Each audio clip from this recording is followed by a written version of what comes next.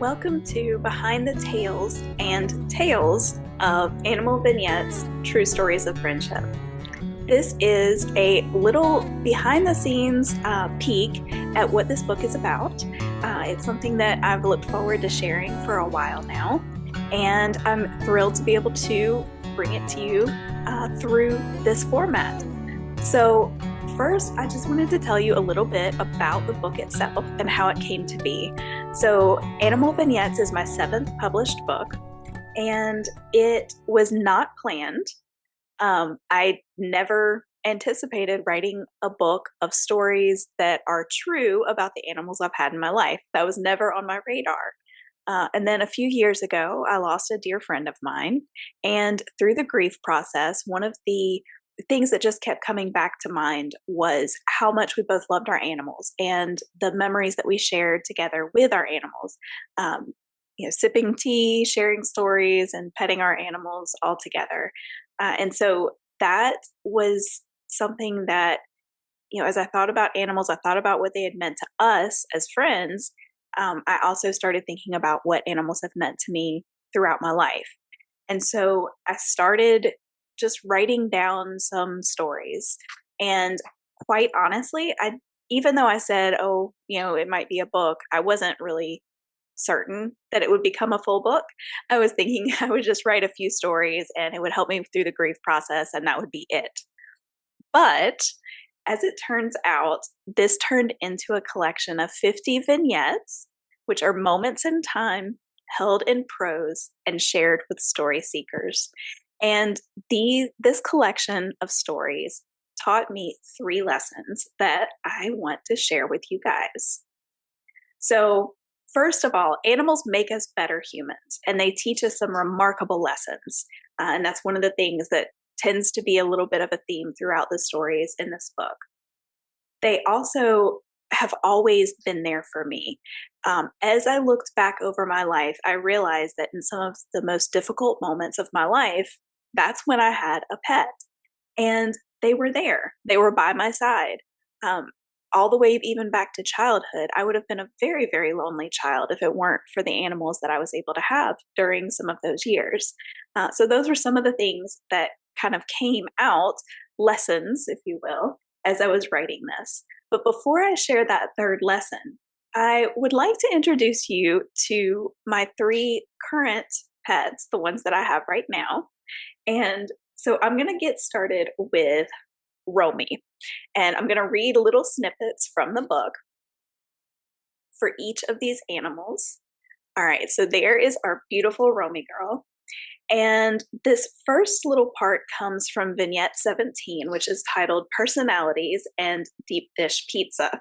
And you'll see why in just a moment. So these are short little snippets that I'm going to share to introduce each of them. So while Romy loves hugs and snuggles and is loyal and affectionate, often to an annoying extreme, she has a dark side that emerges whenever food comes into play.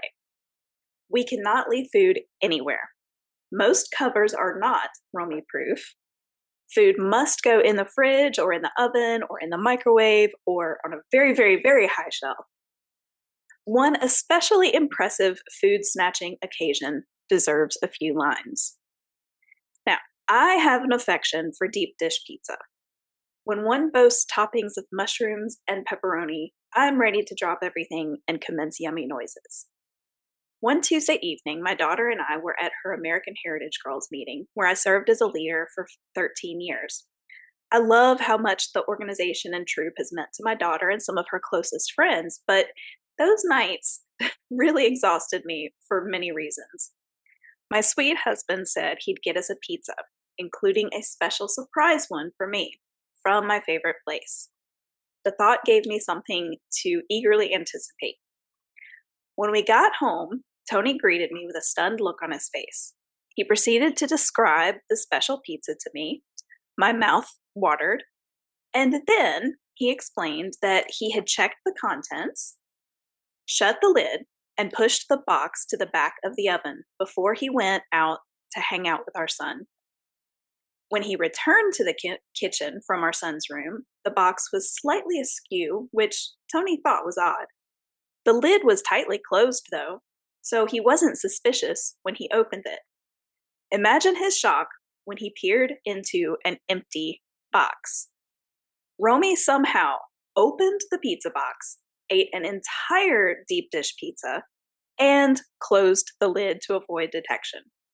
To this day, she owes me a medium deep dish pizza with mushrooms and pepperoni, a fact I frequently remind her of. So that is Romy. And like I said, she really is a very sweet and loyal and loving dog, but when food comes into play, man, all bets are off. It's pretty crazy. All right, so up next, I want to introduce you guys to my little editor. This is Tolkien Cat. And this is a humorous tale about him and some books. This comes from Vignette 24, Humor Dances on Paws. And it's about the time Tolkien Cat got stuck behind Tolkien Author. Allow me to explain. My office has always been a corner of our living room, dining room, schoolroom, kitchen / Grand Central Station. Over the years, I've shifted furniture and shelves and drawers around. I've switched old desks for new ones, repurposed shelves from other parts of the house, and generally gone on redesign sprees from time to time to make the most of my tiny corner of the world. This incident occurred when my two-tier brown desk faced the kitchen. Behind me was a white cubby shelf salvaged from my daughter's room. The shelf held all my books on writing and my most precious tomes, books by the Inklings. J.R.R. Tolkien's works have 2 cubbies to themselves. Of course, those are only my most prized. I have a Tolkien section on my shelving unit in my bedroom, and his core books also sit prominently on our fireplace mantel. I digress. Atop the white cubby, I set the red and black buffalo plaid cat bed I had bought for my sweet Tolkien cat. I insisted he use it in my office area because I wanted him nearby. Unfortunately, my desk was too small for him to lay if I were to also accomplish any work, and he turned up his nose when I placed his bed on the floor. Also, Romy decided the cushion must be for her when it was on the floor, and meticulously curled herself into the tiniest ball to fit mostly in it, resembling a canine version of Fat Man in a Little Coat. On top of the cubby shelf, the bed rested. Never mind, it was too wide for the spot. I angled it just so in order for Tolkien to lie with all of his main bits on a solid surface, which worked fine until Tolkien needed to shift his snoozing position. After all, cats are level expert at avoiding bed sores and know to frequently alter their positions. As I worked at my desk, a commotion scared the heart from my chest. I whipped around in time to witness a pitiful whiskered face with flattened ears and a tiny grasping paw emerge above my Tolkien books.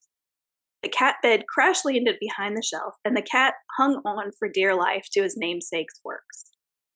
After the initial worry that my baby might be hurt, I couldn't stop the laughter and didn't try. Thankfully, I had the presence of mind to pull up the camera on my phone and capture Tolkien's expression, which had shifted from terror to confusion to pitifulness to resigned then resentful annoyance with my continued snapping. I eventually moved the books so he could hop down. He ran and perched across the room, clearly peeved at me and the situation in general. He licked his rumpled coat and sought to regain his feline dignity, but showed no leaning toward mirth.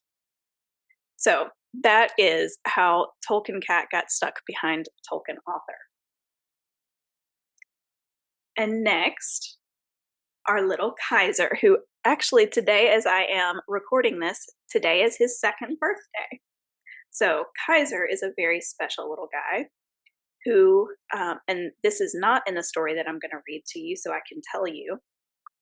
I'm finding my place as I try to talk at the same time. We adopted him from our local animal shelter when our animal shelter came to the library kickoff for summer reading at our local library. And so it was like the most perfect thing. Books plus animals, of course. I was absolutely loving the event. And we met him and he just stole our hearts. So The rest, as they say, is history. But this little part about him has to do with our silky chickens and him, Kaiser. So this comes from Vignette 21, when a silky takes a stand. Silkies may be as surprising as they are adorable. They're also one of the dumbest chicken breeds. They run from anything they don't need to fear and toward everything they should fear. If you put them in a corner of their coop and open the door, they'll pace back and forth in that one corner and never discover the exit, even when the door is 3 feet to their left. They will teeter precariously on the edge of their laying box until they fall to the ground, even when there is a ramp 1 small chicken talon to the right, or wings. For all those reasons and more, I would never imagine one of our special silkies could become a model for standing one's ground. Allow me to set the stage with a little backstory.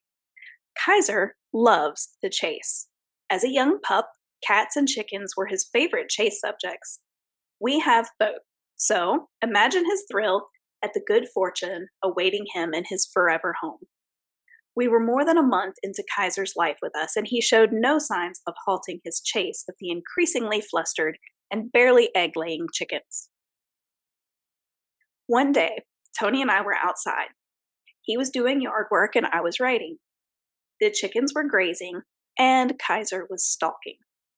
One of our 2 silkies was doing what she loved best, lying in the nesting box on whatever eggs the hens had laid that morning. That hen had been known to forego yard time to lay on eggs. She had also been known to peck at Tony when he tried to retrieve said eggs. The downy yellow hen had shown some spice, but we were unprepared for the spunk she had been withholding. Bold and fearless, Kaiser strode into the coop, which was empty of chickens save the lone egg layer. With the confidence of a homecoming king about to invite the nerdy girl with giant glasses to prom, he walked directly to her, stuck his head in her box, grinned his grin, and unwittingly unleashed the power of a silkie pushed over the edge. The minuscule hen fluffed herself up and somehow managed to kick out both legs and spur the dumbstruck pup in his bewildered face. She bowed up her chest at him and flailed her wings. Kaiser bolted away, tail tucked. He reached the patio and cowered beside me. That silkie may have been small and mostly dim-witted, but she stood up when the eggs were on the line. She stared down the maw of the ravenous, actually mischievous, Belgian Malinois, and prevailed. Kaiser has not dared to poke his head in her laying box again.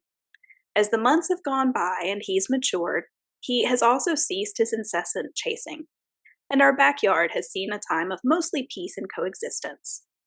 He still calmly herds them from time to time, but only when he decides they're outside their appropriate or safe bounds. So that is Kaiser and the chickens. Now, not all the stories in this book are going to make you laugh until you cry. Some may bring tears of a different sort. Which brings me to that 3rd lesson that I mentioned. So as hard as it is to say goodbye to them, animals truly are worth saying hello to and loving for as long as they're given to our care. So I wanted to read just a few little paragraphs from Vignette 13, and this is titled How to Say Goodbye. The downside to owning pets is, unless we choose a tortoise or a parrot, we're going to be saying goodbye to a companion or 10 during our lifetime. The upside is, I believe they teach us how to say it right. I've had to say goodbye to more than a couple animals already. I've had tragic goodbyes, goodbyes without closure, and goodbyes at the end of a lifetime. None of them were easy, and all left a mark. Of course, I suppose goodbyes aren't meant to be easy. They are part of life, though. Our grief reveals to us how deeply we love. My dear friend Mae Smith paints a lyrical image of this reality in a poem called Badge of Honor from her poetry book, Grief Like a River. Grief is not something to get over. It's not something to shed, a season to weather, baby clothes to pack away. If you could leave grief behind you, if it didn't change the texture of your heart, I don't think you're doing it right. or you didn't love those you lost with all you have. Honestly, I don't think it was until after we brought Kaiser home and I was deep into edits on this book that it occurred to me to think of the need to say goodbye to many animals in a different way. Instead of viewing adding an animal to our home as more reasons for my heart to break, I consider the additions opportunities to love and be loved for as long as God grants the animal to my care. Yes, kissing them goodbye will hurt deeply, but I get to give and receive such deep love, often to an animal who hasn't experienced such a gift. Every animal I share a piece of my life with will teach me things, and I will snuggle them and play with them and make up conversations with them in my head. Such joy is worth the grief that accompanies the goodbye. And then, one final little thought on that note. This comes from Vignette 49, a mini musing on grief. As we grieve the truths of our past, our animals will remain close, soaking in our tears and sprouting warming tendrils of comfort and peace. Unlike people, animals accept and embrace who we are, the good, the bad, and the broken. Unlike us, they see us as we truly are. They did so on day 1, and they'll do the same on day 4015. They have no agenda, no ulterior motive, no preconceived notions, no prejudice, no misbeliefs. Our pets gift us pure love. Thankfully, on darkened days of grappling with the past and unveiling deep-rooted pain and experiencing the complexity of grief, love's healing light radiates all we need.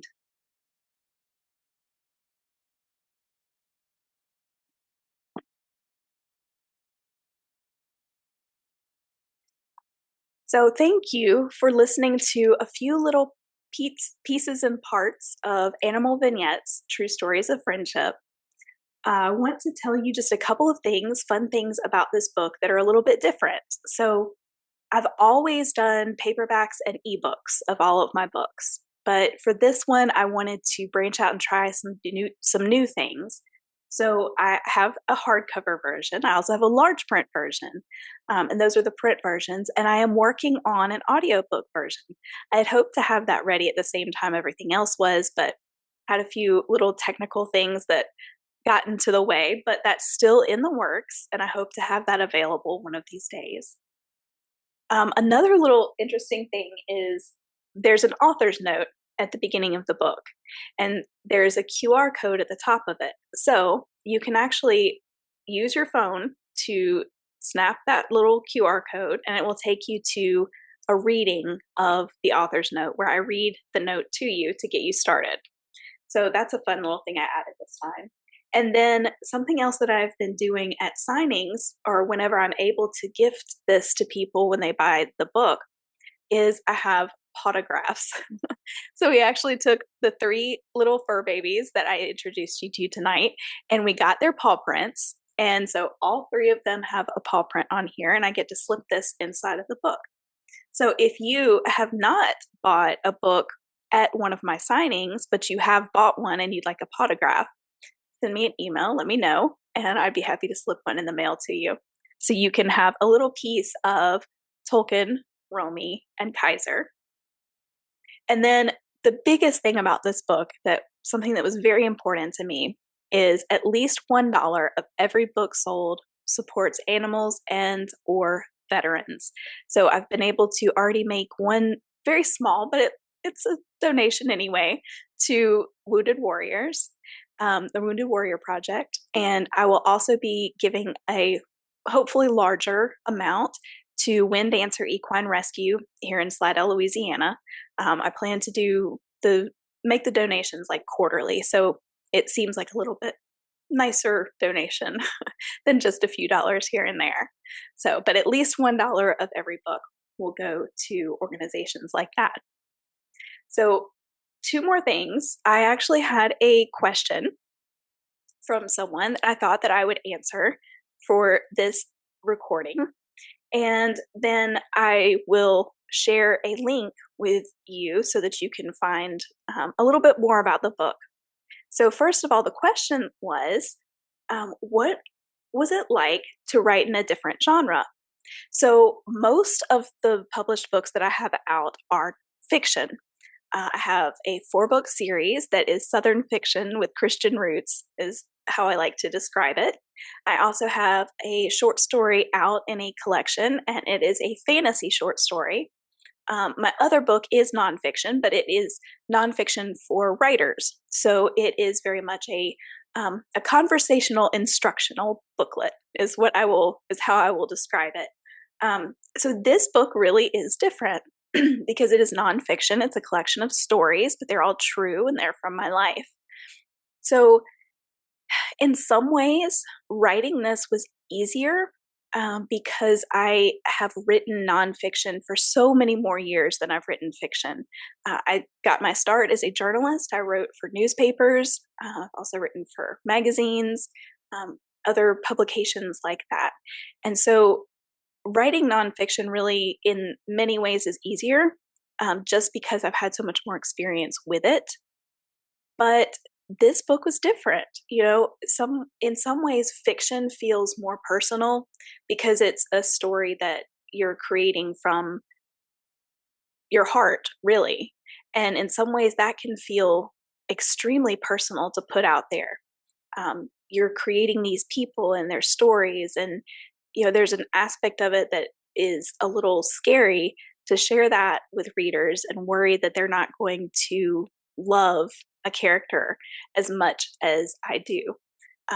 So in some ways, fiction is even more personal, but this book really stretched and pushed me in some interesting ways. I realized some things about myself. These lessons that I shared with you guys, these are things I didn't realize that I had learned over the years from my animals. And yeah, these are true stories. This is my life. These are things that, some of them are stories that are very real and raw. I mean, they're all real, but some of them are a little bit more raw in the emotion sense than others. And so sharing that with the world is quite scary, terrifying even. Uh, but at the same time, I think what I guess, made it less scary to put a book like this out into the world is realizing just how much of an impact animals have had on me, how much they have helped me over the years. And I know that I'm not alone. Every time I talk to someone about this book, every time I have a conversation with someone surrounding animals, maybe it's when we take the dogs to the dog park and I start talking with someone, or I see someone at the vet clinic and, they're obviously there with a serious issue with their pet. There are connections that are made with people surrounding animals that in many ways are deeper than connections that you would typically make with someone in passing like that. And I think it's just because of how much animals affect us and how much they impact us. And sharing that with other people is it's a beautiful thing. So I think recognizing that helped me push past and get this book out into the world and be okay with people reading it, and all of that. And I'm just very glad that it's out there. And I hope that um, at least one of these stories, one of these tales, will help and challenge and encourage at least one person who reads it. So that is my hope with this book. And I am very appreciative of you watching this, being interested in this book. Of course, you can get this anywhere you buy books. I hope you have a wonderful local independent bookstore in your town. They can certainly order it. If they don't already have it on their shelves, your library can also get it. And the St. Tammany Parish Library System has 2 copies on shelves now. So if you live in St. Tammany Parish in Louisiana, you can definitely get a copy that way. We have some local bookstores who have it on their shelves, including Andrew's Booksack in Slidell, Dane Books and Gifts in Covington. And then there are some other bookstores along the way. but if you will go to my website, joyerancatori.com/animal-vignettes, you will find a whole page about this book. You'll get to read a little bit more about what is included in the book. You will get to see what bookstores carry it. And also, if you scroll all the way to the bottom, there's a little part down there that's kind of behind the scenes, and it includes a playlist. So for every one of my books, I make a playlist on Spotify. And these are songs that either inspire me as I write or remind me of my book after I've written it. There's one in particular. It's called Good Old Dogs and God by Pryor and Lee. And I had not heard this book until after I had not heard this song until after I had published the book. But when I heard it, I was like, oh my goodness, this is the most perfect song to go with this book. So go and find that playlist and listen to that song, and that will definitely give you a sense of what this book is all about. So thank you again for joining me, and happy reading.